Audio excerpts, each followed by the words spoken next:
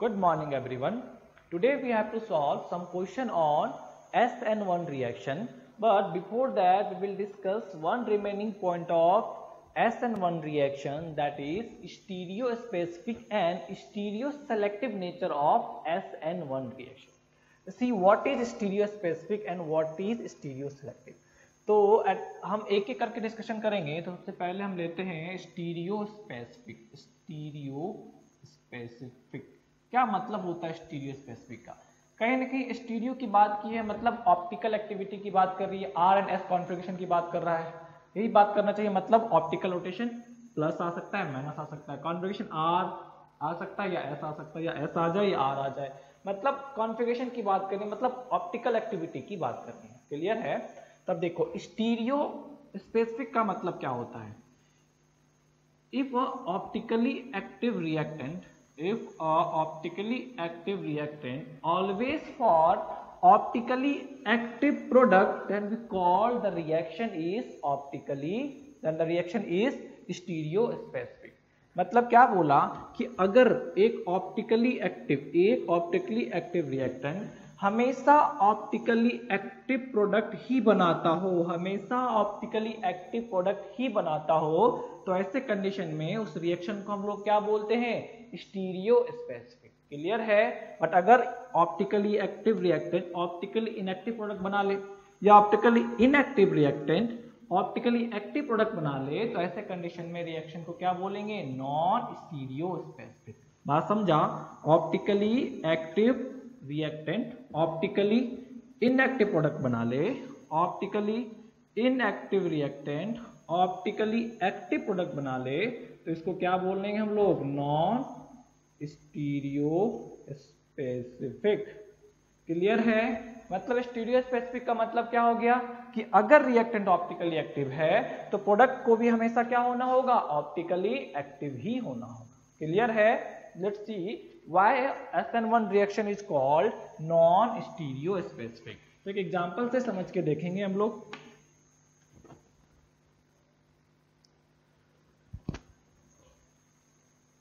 CH3CH and CH3 CHD right, T here and H here and Br.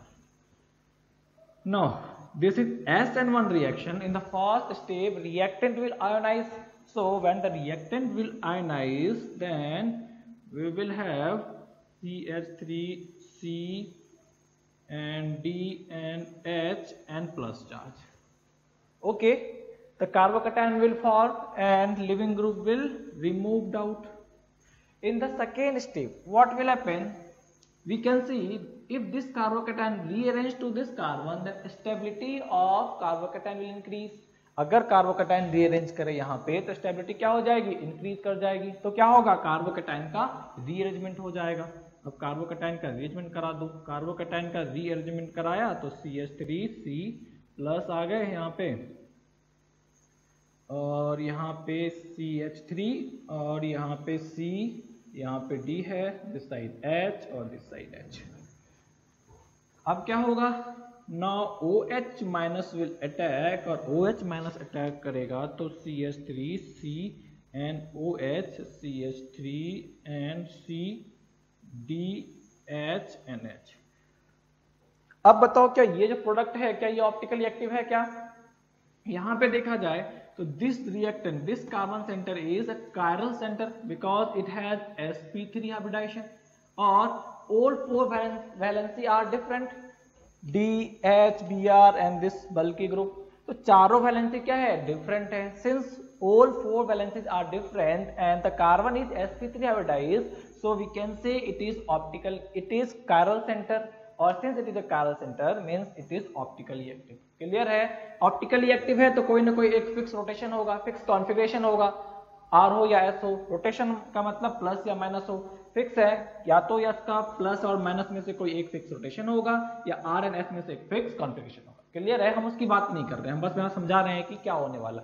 चलो निकाल लो, अगर configuration भी निकालोगे तो this is 1, this is 2 and this is 3। तो रोटेशन क्या आ गया? रोटेशन इज क्लॉकवाइज मींस ये आर फॉर्म है। क्लियर है? तो मतलब क्या है? दिस इज ऑप्टिकली एक्टिव तो रिएक्टेंट इज ऑप्टिकली एक्टिव, हमारा रिएक्टेंट क्या आ गया, ऑप्टिकली एक्टिव आ गया। अब प्रोडक्ट में चेक करो, क्या ये सेंटर ऑप्टिकली एक्टिव है क्या, it have sp3 oxidation and but we have same group, two groups are same, दो ग्रुप क्या है हमारे पास H और H, दोनों क्या हो गए, सेम हो गए, तो we have two same group, that's why we can't call it chiral center. तो ये सेंटर कायरल होगा क्या, नहीं होगा। At this carbon we also have two same group methyl and methyl, तो क्या ये ऑप्टिकली एक्टिव होगा क्या, नहीं। तो ना सेंटर ये कायरल है ना ही ये कायरल है, दोनों में से कोई भी सेंटर कायरल नहीं है, मींस यहाँ पे कोई ऑप्टिकल एक्टिविटी आएगी क्या, नहीं। क्या प्रोडक्ट ऑप्टिकल एक्टिव है क्या, नहीं। क्लियर है, मतलब जो हमारा रिएक्टेंट था वो क्या है, ऑप्टिकल एक्टिव है, प्रोडक्ट ऑप्टिकल एक्टिव नहीं है। मगर स्टीरियो स्पेसिफिक क्या बोलता है कि अगर रिएक्टेंट ऑप्टिकल एक्टिव हो तो प्रोडक्ट को भी क्या बनना चाहिए, हमेशा ऑप्टिकली एक्टिव ही बने, तो ही उसको हम लोग क्या बोलेंगे, स्टीरियो स्पेसिफिक। बट यहाँ पे ऐसा हो रहा है क्या, नहीं हो रहा है। कुछ कंडीशन में ऑप्टिकल एक्टिव भी बनेगा, कुछ कंडीशन में ऑप्टिकली इनएक्टिव भी बनेगा, मगर स्टीरियो स्पेसिफिक का डेफिनेशन क्या है, हमेशा बनना चाहिए। क्लियर है, that's why it is non stereo specific. Clear है, नोट करो इस वाले को।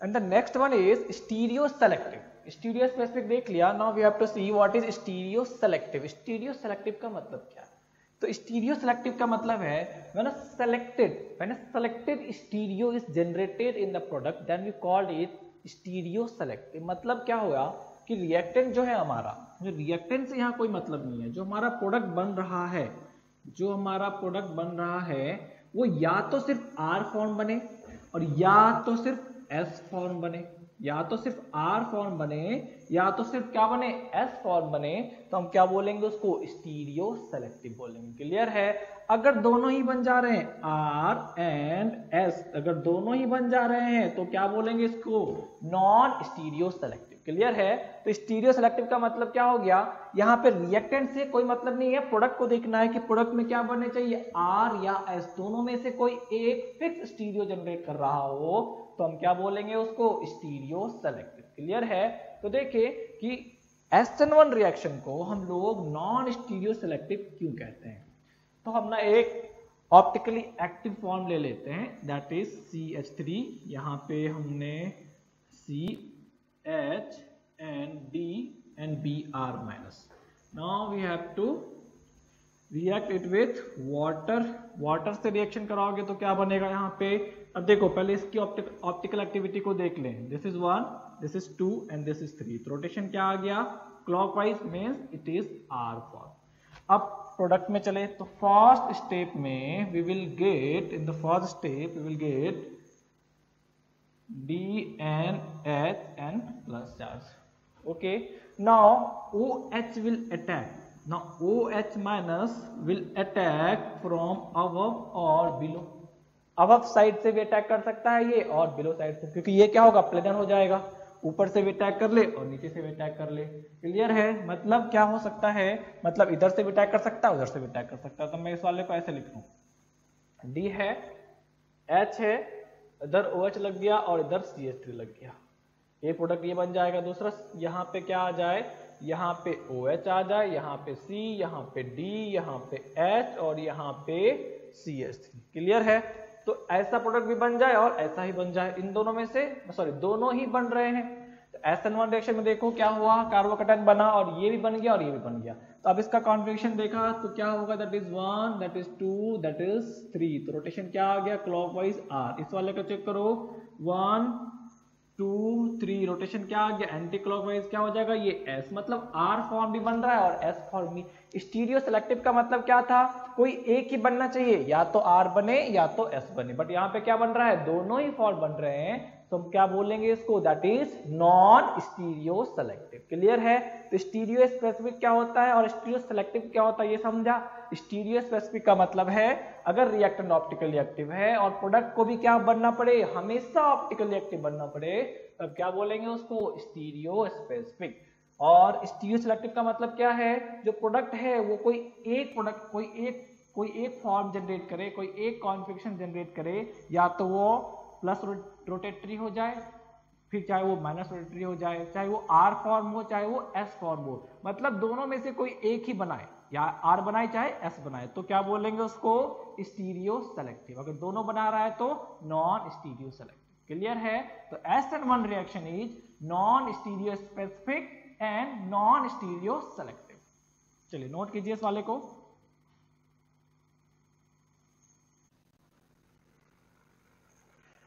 Now you have to solve these 4 questions and question asks that compare the rate of SN1 reaction। क्या करने हैं? SN1 रिएक्शन का रेट कंपेयर करना है। अब याद कीजिए आप, जो लास्ट क्लास में आपको बताया था, रेट ऑफ SN1 किस पे डिपेंड करता है? First step is RDS। Clear है? फर्स्ट स्टेप क्या था? RDS था, और उस स्टेप में क्या है? कार्बोकैटायन का फॉर्मेशन होता है। Means formation of carbocation is the rate determining step. Clear है? तो कार्बोकैटायन की स्टेबिलिटी जैसे जैसे इंक्रीज करेगी, या हम ये बोले कि फर्स्ट स्टेप को जो जो फैक्टर इफेक्ट कर रहा होगा वो सारे फैक्टर क्या करेगा? रेट ऑफ SN1 को इफेक्ट करेगा। तो फर्स्ट स्टेप में क्या है? कार्बोकैटायन की स्टेबिलिटी। तो जैसे जैसे कार्बोकैटायन की स्टेबिलिटी इंक्रीज करेगी, रेट ऑफ SN1 क्या होगा? इंक्रीज करेगा। दूसरा क्या है? Nucleo living group. तो लिविंग ग्रुप की रिमूव होने की टेंडेंसी, मतलब जितना अच्छा लिविंग ग्रुप होगा वो उतना जल्दी छोड़कर जाएगा, तो उसका रेट क्या होगा? उतना ही ज्यादा होगा। क्लियर है? तो अगर कभी भी आपको SN1 रिएक्शन में रेट कंपेयर करना है, तब क्या कंपेयर करेंगे? पहला कार्बोकैटायन की स्टेबिलिटी, दूसरा रेट ऑफ दूसरा क्या होगा?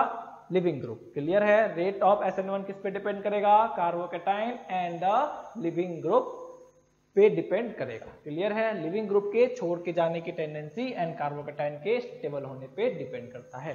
चलो तो पहले वाले सवाल को सॉल्व करो, बताओ क्या आएगा।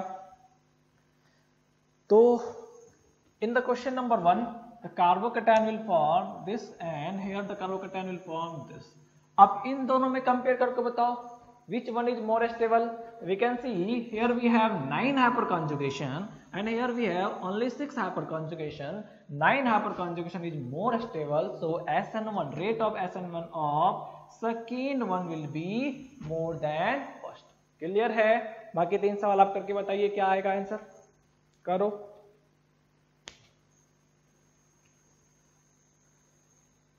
वीडियो पॉज करेंगे, क्वेश्चन को सॉल्व करेंगे। ओके चलो क्वेश्चन नंबर 2 पे आ जाओ। सीधा question number 2। If the carbocation will form here this carbocation, here this carbocation will form। We can see here we have resonance of this pi bond, but here we don't have any resonance, we have only 2 hyperconjugation। Is it okay?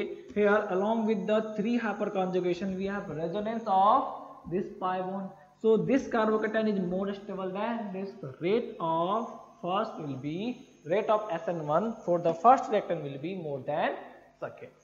इस वाले में compare करो, तो इस वाले में carbocation यहाँ भी 3 डिग्री, यहाँ भी 3 डिग्री, यहाँ भी 3 डिग्री, यहाँ भी 9 हाइपर कॉन्जुगेशन, यहाँ भी 9 हाइपर कॉन्जुगेशन, यहाँ भी 9 हाइपर कॉन्जुगेशन। तो हाइपर कॉन्जुगेशन क्या हो रहा है? सेम, मतलब स्टेबिलिटी ऑफ कार्बोकैटायन क्या आ रहा है? सेम आ रहा है। तब क्या चेक करेंगे? Living group tendency. क्लियर है? अब बताओ लिविंग ग्रुप टेंडेंसी क्या बताया था? लिविंग ग्रुप टेंडेंसी किस पे डिपेंड करता है? ग्रुप के छोड़ के जाने के बाद जो आयन निकल रहा है उसकी स्टेबिलिटी पे डिपेंड करता है। तो इस वाले में कौन निकलेगा? I-, इस वाले में कौन निकलेगा? Br-, इस वाले में कौन निकलेगा? Cl-। I- सबसे ज्यादा स्टेबल, फिर Br-, फिर I-। तो रेट क्या हो जाता है यहाँ पे? रेट क्या हो जाएगा इस वाले का? ये सबसे अच्छा लिविंग ग्रुप, फिर ये आ जाएगा, फिर ये आ जाएगा। क्लियर है? तो इसका रेट क्या हो जाएगा? ये आ जाएगा। समझ गए यहाँ तक? क्लियर है? चलो क्वेश्चन नंबर 4 करो, ये अच्छा सवाल है। क्वेश्चन नंबर 4 बताइए किसका ज्यादा होगा? तो कार्बोकैटायन पहले बना लूं मैं, तो यहाँ पे कार्बोकैटायन ये वाला बन जाएगा, यहाँ पे कार्बोकैटायन ये वाला बन जाएगा, यहाँ पे कार्बोकैटायन ये वाला बन जाएगा, और यहाँ पे कार्बोकैटायन ये वाला बन जाएगा। अब कंपेयर करके बताएं किसका रेट सबसे ज्यादा होगा SN1 का। तो SN1 के लिए क्या कंपेयर करेंगे? Will compare the stability of carbocation. Now see this one, we have 3 hyperconjugation here. In this condition we have 2 hyperconjugation, here we have 1 hyperconjugation, here we have 0 hyperconjugation। तो जैसे जैसे hyperconjugation increase करता है stability of carbocation क्या होता है? Increase करता है। तो सबसे ज्यादा स्टेबल कौन सा हो गया? ये वाला, फिर ये वाला, फिर ये वाला। क्लियर है? This will be the order of SN1 reaction. Correct है? नोट कीजिए इस वाले को।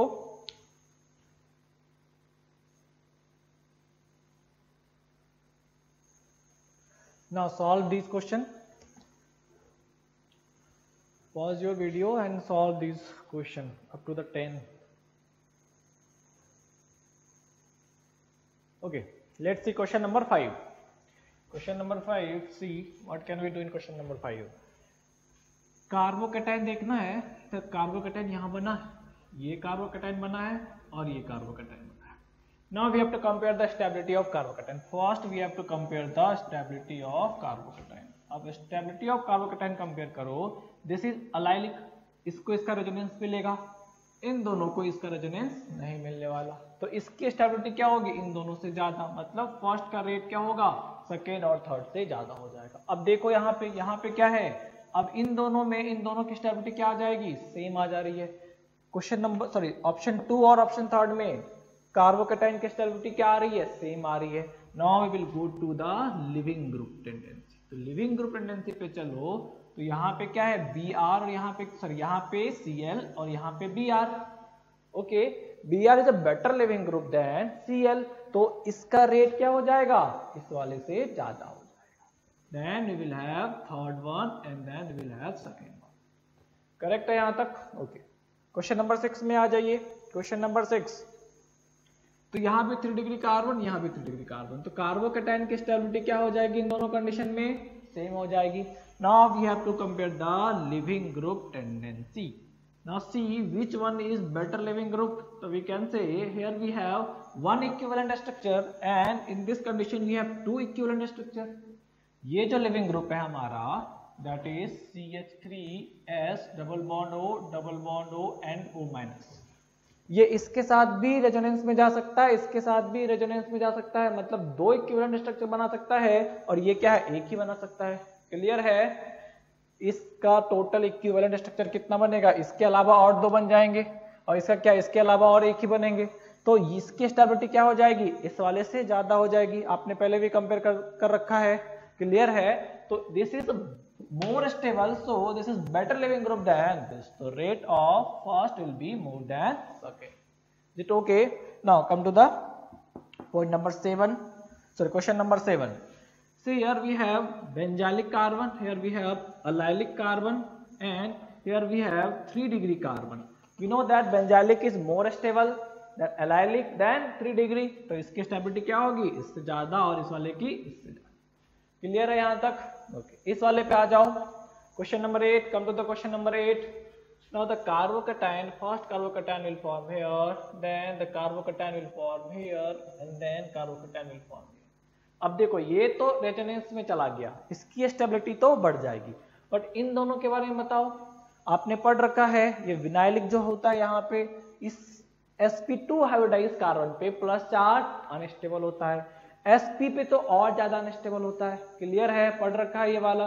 तो ये क्या है हमारा अनस्टेबल, ये भी क्या हमारा अनस्टेबल, बट ये क्या है स्टेबल, तो फर्स्ट का रेट क्या होगा, सेकेंड एंड थर्ड से तो ज्यादा ही होगा। अब इन दोनों में कंपेयर करो, तो ये sp2 कार्बन है और ये क्या है, sp कार्बन है sp कार्बन ज्यादा इलेक्ट्रोनेगेटिव, प्लस चार्ज क्या होगा, ज्यादा अनस्टेबल हो जाएगा। ये क्या होगा, इस वाले से ज्यादा स्टेबल आ जाएगा, तो क्या आ गया हमारा second, then we will have third one. Correct है? यहाँ पे करेक्ट है। अब क्वेश्चन नंबर 9 पे आ जाइए। क्वेश्चन नंबर 9 पे देखो, कार्बोकैटायन बनाया यहाँ पे, this carbocation and we have in this condition we will have this carbocation. देखो ये ब्रिज हेड कार्बोकैटायन है, ब्रिज रूल पढ़ा था कि ब्रिज हेड कार्बन पे प्लस चार्ज, फ्री रेडिकल और डबल बॉन्ड का फॉर्मेशन पॉसिबल नहीं होता। वो क्या होता है, हाईली अनस्टेबल होता है बिकॉज ऑफ एंगुलर स्ट्रेन होता है। तो क्या ये स्टेबल होगा, क्या नहीं, तो ये वाला क्या हो गया, इस वाले से कम स्टेबल, तो इसका रेट क्या हो जाएगा, ज्यादा। क्लियर है? अब इस वाले पे देखो, यहाँ पे क्या बना, प्लस, दैट इज बेंजालिक कार्बन, और यहाँ पे बेंजीन के ऊपर प्लस आ रहा है। क्या बताया है, बेंजीन के ऊपर प्लस क्या होता है, हाईली अनस्टेबल होता है। क्लियर है? तो इसकी स्टेबिलिटी क्या हो जाएगी, कम, और ये क्या हो जाएगा, ज्यादा।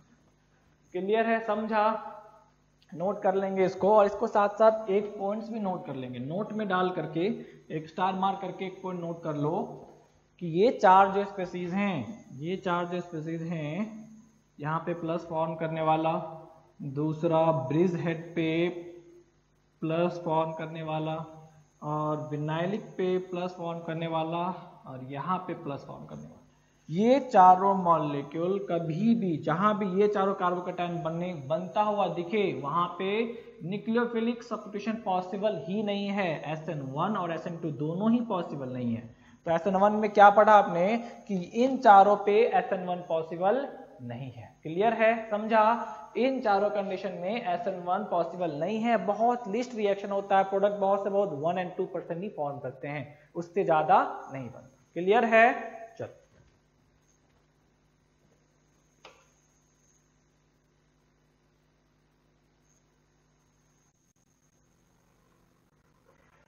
now we have another question in which ethyl halide is converting into ethyl alcohol in presence of water, and we have to write the mechanism, and we have to indicate RDS and also find the intermediate and transition step। तो video pause करो और try करके देखो क्या solve हो रहा है, क्या ट्राई करके देखें।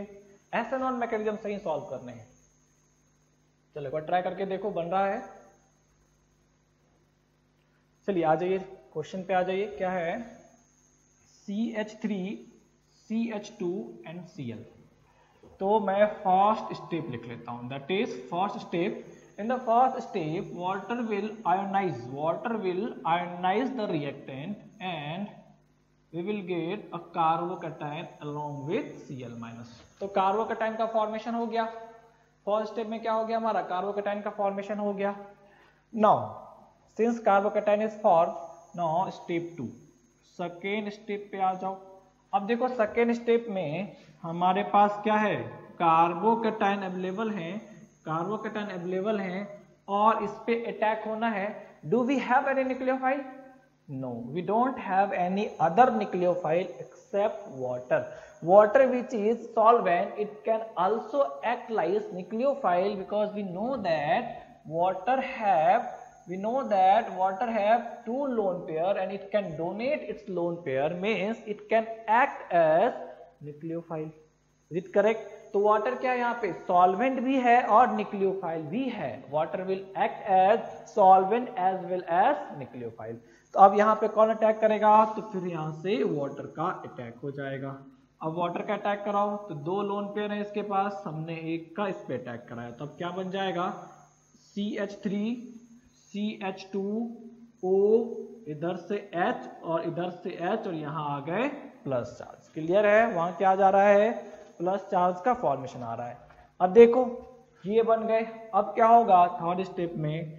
CH3 CH2O H and H, carbon पे plus charge. Carbon is highly electronegative and it containing positive charge which make it highly unstable. तो ये क्या करेगा? It will withdraw the electron density of CH bond and it will convert into CH3 CH2 and OH। Clear है? This will be the complete mechanism and this will be the step 3। तो देखो इस reaction में कितने step है? 3 step है, 3 step है। तो ये कहना कि SN1 रिएक्शन हमेशा 2 स्टेप का ही होता है, ऐसा सही नहीं है। SN1 reaction 2 step, minimum 2 step तो होंगे ही, 2 से ज्यादा भी हो सकते हैं। अगर रीअरेंजमेंट ऑफ कार्बोकैटायन आया तो भी स्टेप बढ़ जाएगा। क्लियर है? ये चीज क्लियर है? तो ये कहना कि SN1 रिएक्शन हमेशा 2 स्टेप का है, ये करेक्ट नहीं है। SN1 रिएक्शन 2 या 2 से ज्यादा का होता है। क्लियर है? ये बात समझा? तो मैकेनिज्म क्या हो जाएगा? ये मैकेनिज्म आ जाएगा हमारा। Now what we have to write? Indicate the RDS। तो RDS फाइंड आउट करने हैं। तो देखो RDS क्या बताया था? Slowest step. स्लोवेस्ट स्टेप कौन सा होगा? जिसमें बॉन्ड ब्रेक कर रहा होगा। अब देखो breaking of bond is happening in first step. तो ब्रेकिंग ऑफ बॉन्ड किस स्टेप में हो रहा है? फर्स्ट स्टेप में हो रहा है। Bond will break in step number 1, that's why we call it RDS। Step 1 will be RDS। Clear है? Rate determining step will be the step 1। Step 1 क्या हो गया हमारा? रेट डिटरमाइनिंग स्टेप हो गया। क्लियर है यहां तक? तो इस वाले के लिए क्या लिखूं मैं? स्टेप 1। स्टेप 1 आ गया हमारा। Find the number of intermediates. तो नंबर ऑफ इंटरमीडिएट्स देखो, this is the first intermediate, this is the first intermediate, this is the second intermediate. तो कितने इंटरमीडिएट बने? 2 इंटरमीडिएट बना है। क्लियर है? 2 इंटरमीडिएट बन गए। ये क्या है? प्रोडक्ट है हमारा। तो कितने इंटरमीडिएट आ रहे हैं? 2 इंटरमीडिएट आ रहे हैं। ट्रांजिशन स्टेट कितना होगा? ग्राफ बना करके देख लो। आप जब ग्राफ बनाएंगे तो रिएक्टेंट, तो first step, second step, third step, कुछ इस टाइप का आ जाएगा, कुछ इस टाइप का आ जाएगा हमारे पास। क्लियर है? तो देखो अब यहाँ पे क्या हो गया, तो ये ऊपर भी जा सकता है इसके, और ये इसके नीचे भी जा सकता है। ये वाला जो है ऊपर भी जा सकता है इस वाले के, और इस वाले के नीचे भी हो सकता है। तो that is transition state 1, that is transition state 2, this is 1 2, and that is transition state 3। और ये क्या हो गया? First intermediate. ये क्या हो गया? Second intermediate. क्लियर है? तो number of transition state is 3। Clear है? समझा ये वाला? चलो नोट करो इस वाले को।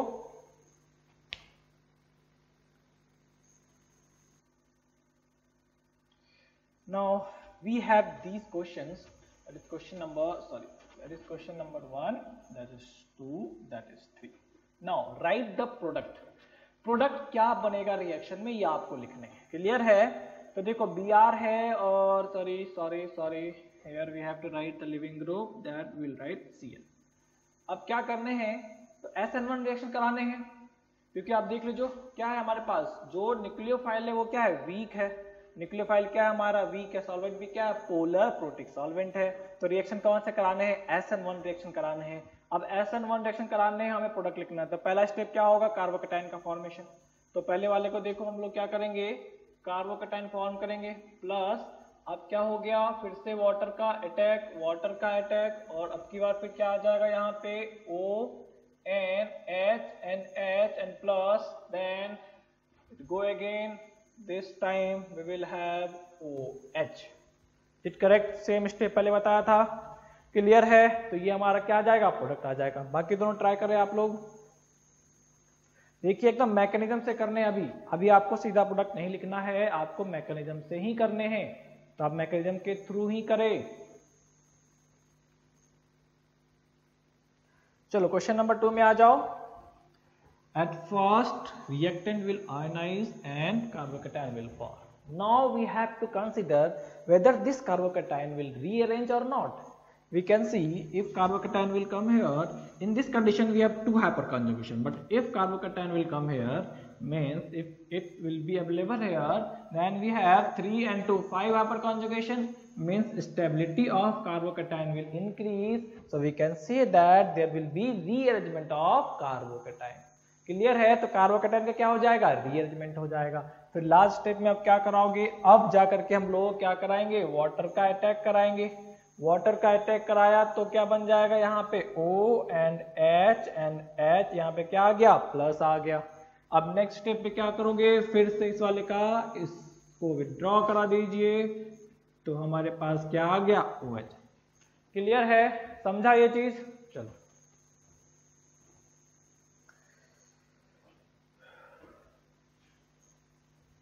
लास्ट सवाल बताओ, लास्ट सवाल ट्राई करो।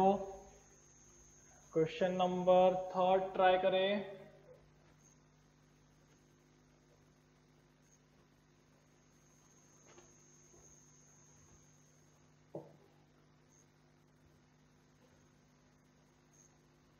चलिए क्वेश्चन नंबर 3 में देखिए क्या जा रहेगा। यहाँ पे प्लस चार्ज बन गया, क्या इसका रीअरेंजमेंट होगा या नहीं? बिल्कुल हो सकता है। यहाँ पे आए तो यहाँ पे 2 हाइपर कॉन्जुगेशन था, 3 और 4 हाइपर कॉन्जुगेशन हो जाएंगे, मतलब रीअरेंजमेंट क्या है? पॉसिबल है। रीअरेंजमेंट पॉसिबल है तो कार्बोकैटायन यहाँ आ जाएगा। क्या फर्दर रीअरेंजमेंट पॉसिबल है क्या? तो यहाँ पे चेक करो, 3 and 1 4 हाइपर कॉन्जुगेशन है। अगर हमने एक बार और रीअरेंज किया इस वाले को तो क्या होगा? यहाँ पे प्लस बन जाएगा। 3 and 3 6 and 2 8, तो कितने आ गए? 8 हाइपर कॉन्जुगेशन आ गए। अगर 8 हाइपर कॉन्जुगेशन है तो स्टेबिलिटी क्या होगी? और ज्यादा इंक्रीज कर जाएगी। तो स्टेबिलिटी इंक्रीज कर रही है, मतलब अब की बार क्या हो जाएगा? यहाँ पे ये और यहाँ पे ये, और यहाँ पे आ गया हाइपर कॉन्जुगेशन ना। अब क्या करने हैं? वाटर का अटैक कराने हैं। तो यहाँ पे O and H। क्लियर है? तो यहाँ से आया, यहाँ first rearrangement, second rearrangement, third rearrangement. क्या इसके फर्दर ये रीअरेंज कर सकता है? नहीं कर सकता। इसके आगे रीअरेंजमेंट पॉसिबल है क्या? नहीं है। तो अब क्या होगा, यहाँ पे वाटर न्यूक्लियोफाइल का अटैक हो जाएगा और प्लस चार्ज यहाँ हो जाएगा। अब क्या करोगे, इसको यहाँ से रिमूव कर दीजिए। तो अब हमारे पास प्रोडक्ट में क्या आ जाएगा, प्रोडक्ट में यहाँ पे ही आ जाएगा। क्लियर है, समझा। सीधा यहाँ पे अटैच नहीं कर देना है, इसको हटाया, यहाँ पे OH अटैच कर दिया, गलत हो जाएगा। इसलिए बोला है SN1 रिएक्शन हमेशा मैकेनिज्म से चलने हैं, मैकेनिज्म के थ्रू ही जा करके सॉल्व करने हैं। क्लियर है, शॉर्टकट नहीं ट्राई करने हैं अभी। चलिए यहां तक हो गए।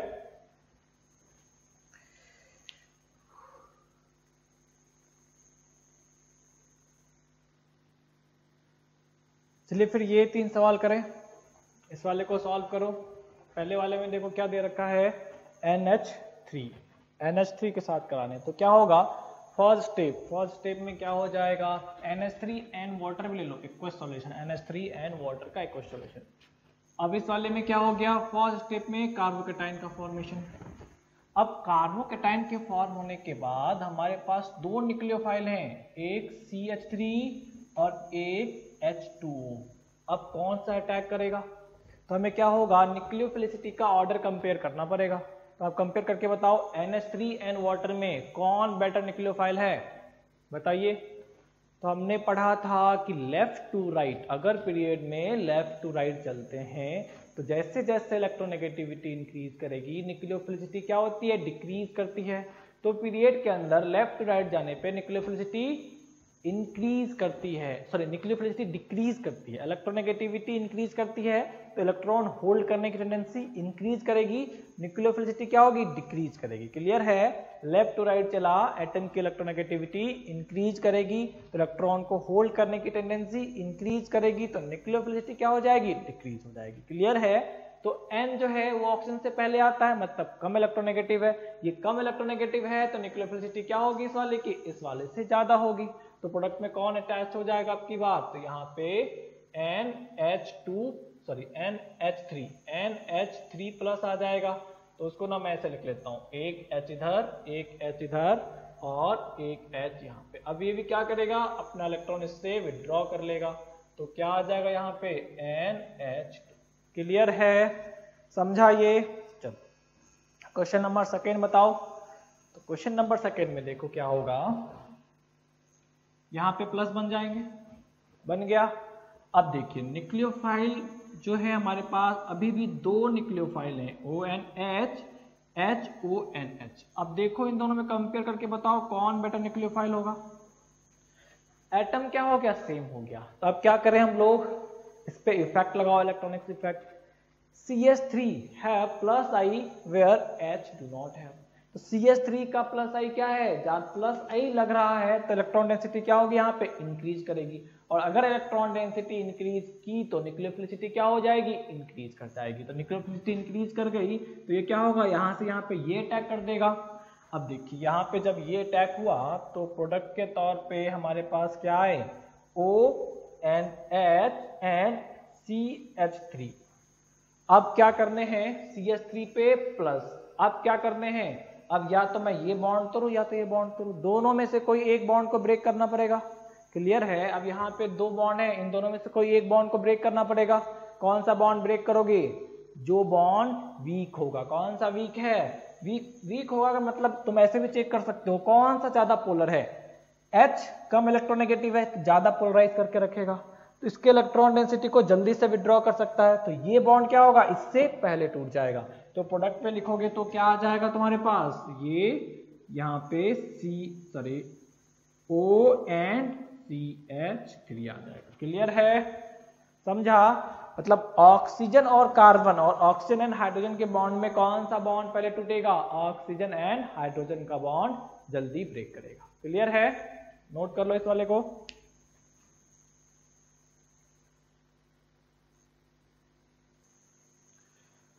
Now solve the last one. तो इसके साथ भी वाटर ले लो, एक्वस सॉल्यूशन में ले लो इसको भी। अब सॉल्व करके बताओ क्या है। तो इन दोनों को मैं हटा रहा हूं, अब बताइए उस वाले में क्या आएगा आंसर। तो देखो फर्स्ट स्टेप में क्या होगा, आयोनाइजेशन होगा रिएक्टेंट का। Since reactant will ionise plus charge will form, now it will rearrange again, it will rearrange to tertiary carbocation. बन गया। अब क्या करने हैं, यहाँ पे CH3S और यहाँ पे H अटैक कर दीजिए इसके ऊपर। तो अब क्या आ जाएगा हमारे पास, यहाँ पे S और यहाँ पे CH3। क्लियर है, ये आ जाएगा। अब क्या करने हैं, सॉरी यहाँ पे H भी है ना, H और इसके ऊपर प्लस। अब सल्फर के साथ हाइड्रोजन का बॉन्ड है और कार्बन का बॉन्ड है, कोई एक बॉन्ड टूटेगा, कौन सा टूट जाएगा, सल्फर और हाइड्रोजन का बॉन्ड। तो इसको ब्रेक कर दीजिए, क्या आ जाएगा नेक्स्ट स्टेप में, यहाँ पे मिथाइल है S एंड CH3। तो ये प्रोडक्ट हमारा बन जाएगा। क्लियर है, नोट करो इस वाले को।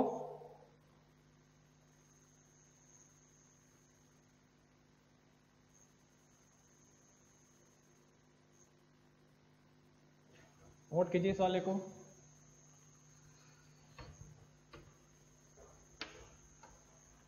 चलो और 2 सवाल करेंगे अभी, बाकी क्वेश्चन बाद में करेंगे। Only 2 questions.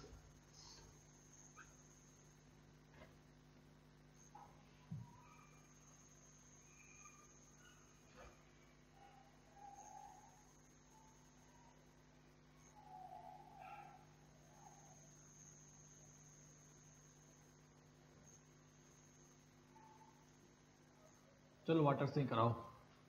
दूसरा है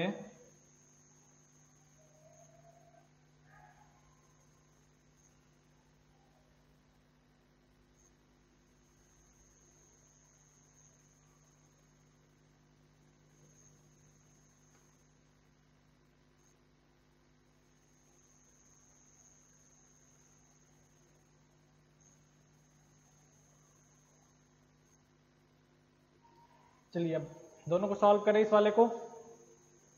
वीडियो पॉज करो और क्वेश्चन सॉल्व करो। तो देखो फर्स्ट वाले में क्या होगा, फिर से इसका आयनाइजेशन हो जाएगा। जैसे ही ये आयनाइज किया प्लस और यहाँ पे मिथाइल है, क्या ये फर्दर रीअरेंज कर सकता है क्या, तो देखो फर्दर रीअरेंज कर सकता है। और ये यहाँ पे भी कितने हाइपर कॉन्जुगेशन है, we have only 2 hyperconjugation. तो ये यहाँ भी आ सकता है, यहाँ पे आएगा तो 2 इधर से 2 इधर से, 4 हाइपर कॉन्जुगेशन हो जाएंगे। क्या ये यहाँ पे आ सकता है क्या, बट यहाँ पे तो हाइड्रोजन है नहीं। बट हमने पढ़ रखा है कि अल्काइल शिफ्ट भी होती है, तो अगर मिथाइल शिफ्ट हुआ तो प्लस चार्ज यहाँ पे आएगा। तो 2 3 2 5 और 6 हाइपर कॉन्जुगेशन मिलेंगे। देखो इस वाले को। तो अब की बार क्या कराओगे, मिथाइल शिफ्टिंग। अभी तक जितने सवाल किया उसमें क्या हो रहा था, हाइड्राइड शिफ्टिंग हो रहा था। अभी क्या कराया हमने, मिथाइल शिफ्टिंग कराया। बताया है GOC जो हमने